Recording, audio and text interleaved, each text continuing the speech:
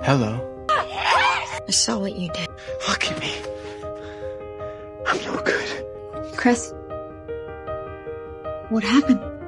Because when the time comes, these people you call your family, they will put you down like you're a stray.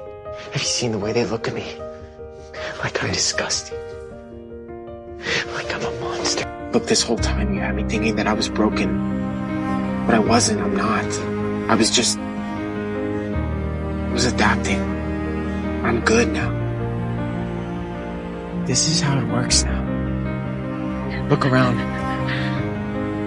There is no more good. There is no more bad, right or wrong. I can protect myself, you know that. God damn you, Chris!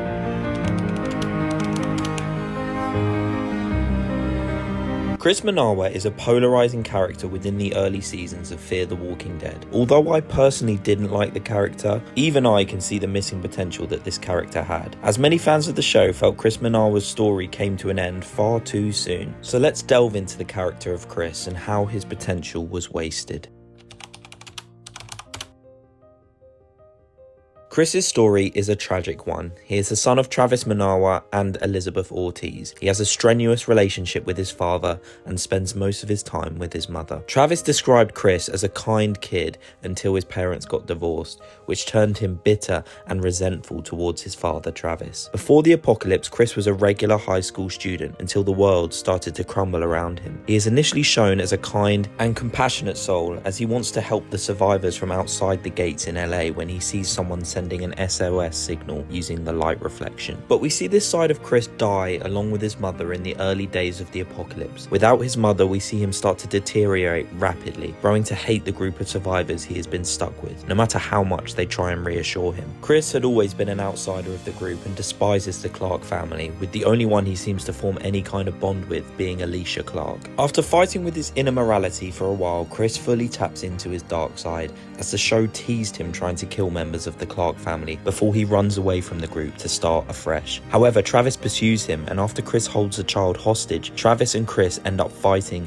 with Chris attempting to take his father's life. But after this altercation, Travis and Chris seem to rebuild their previously destroyed connection, and we see them do typical father and son stuff, like Travis teaching him how to drive, even if it is in an apocalyptic wasteland. And for a couple of days, it seems Chris has regained his humanity and is on the way to recovery, until he runs into Brandon and his friends, who encourage Chris to tap into this ruthless side, and this is where we truly see the dark side of Chris. We had seen him start to enjoy killing walkers, but this very quickly shifts into killing people, and after murdering and stealing from a farmer, his father Travis really starts to lose hope in his son. Chris decides to leave with Brandon and his friends, abandoning his father, but winds up dead just hours later after being put down by the very people he trusted over his father.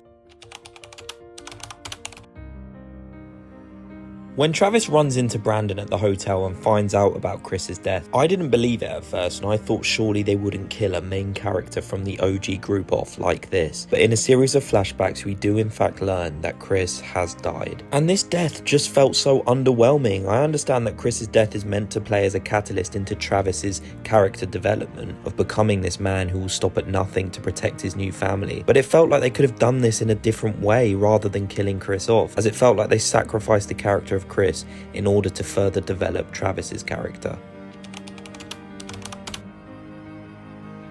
I feel like the writers wanted to make us feel like Chris had become this survival machine, but in reality they didn't really show us enough to warrant his on-screen arrogance towards danger. I mean, it felt like this guy had the ego of season 5 Rick Grimes, but the ability of Sophia from season 1 in the main show. Okay, that is extremely harsh, but what I'm getting at is Chris's character development took a backseat throughout the early seasons of the show, and it just made his descent into savagery feel a bit forced, and to me kind of cringy, as he gave off like spoiled rich kid vibes, which I really don't think the writers were trying to give off. I think the premise of Chris is so intriguing as a broken child who doesn't know his place in the world, battling with his identity and despising his dad. It's such an interesting dynamic that the show deals with, but I feel like the execution was just done slightly wrong. So what would I have done with the character of Chris, and how would I have changed things? Well, I would have done one of two things differently. Firstly, I would have given Chris slightly more screen time early on, so he he didn't feel like a background character and gave him more screen time to truly show his descent into savagery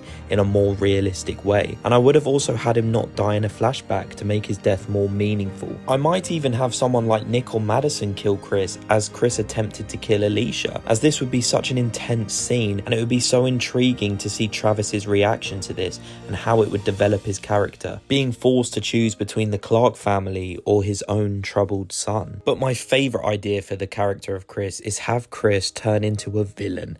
Have him leave the group and then end up like a second in command of a savage group somewhere. Now, there's not really any groups in the early seasons of Fear the Walking Dead that I could have seen Chris join, so I would have liked the writers to have created a new group, you know, and I think this group would have lived somewhere around the ranch and maybe picked off and robbed members of the ranch and scouts out on missions, so you could build up the tension of this hostile group around the ranch and then leaving it kind of a mystery to who they are, and then in a big reveal we find out that Chris is the second in command of this savage group, and we could truly see Chris's descent into savagery come full circle as he chooses these savages over his own family. Due to Cliff Curtis starring in Avatar, he would have to be killed off as the character of Travis in Fear the Walking Dead, so you could even have Chris kill his own father, as this would have probably been a better death than his helicopter death, which felt random and rushed. And then after Chris kills Travis, I think Madison would retaliate and kill Chris, and this just puts the whole thing full circle, and I think it would really fit Chris's character development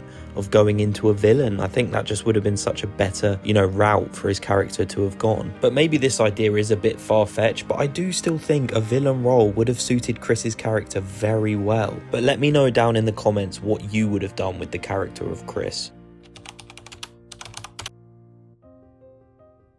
For me at least, the character of Chris is a story of what could have been. It was always going to be hard for the character of Chris to really stand out, especially in a heroic role, as Nick Clark existed, and he was always such a fan favourite, meaning the character of Chris always seemed to get pushed to the side and less screen time. But I think the writers really wasted his potential, especially with the manner in which he was killed. Chris's death felt especially disrespectful as he was killed off screen, and I would have loved to see either a Chris redemption arc or a villain one. I really think the writers should have let Chris live and leave with Brandon and his friends and not see them again for a while, as Chris's return would have been much anticipated and people would have been excited to see his return and how he would have adapted, and this would have brought some much needed hype to the underutilized character. I think Lorenzo James Henry does a brilliant job at portraying Chris's emotion, and I think it's just a shame he died too soon. It seemed like the writers didn't really know what to do with the character of Chris, so they killed him off, but I think leaving that door open just to creep by having him still alive would have meant that they could have come back to Chris in the future. But let me know what you guys think down in the comments below, and don't forget to like and subscribe, and I'll see you next time.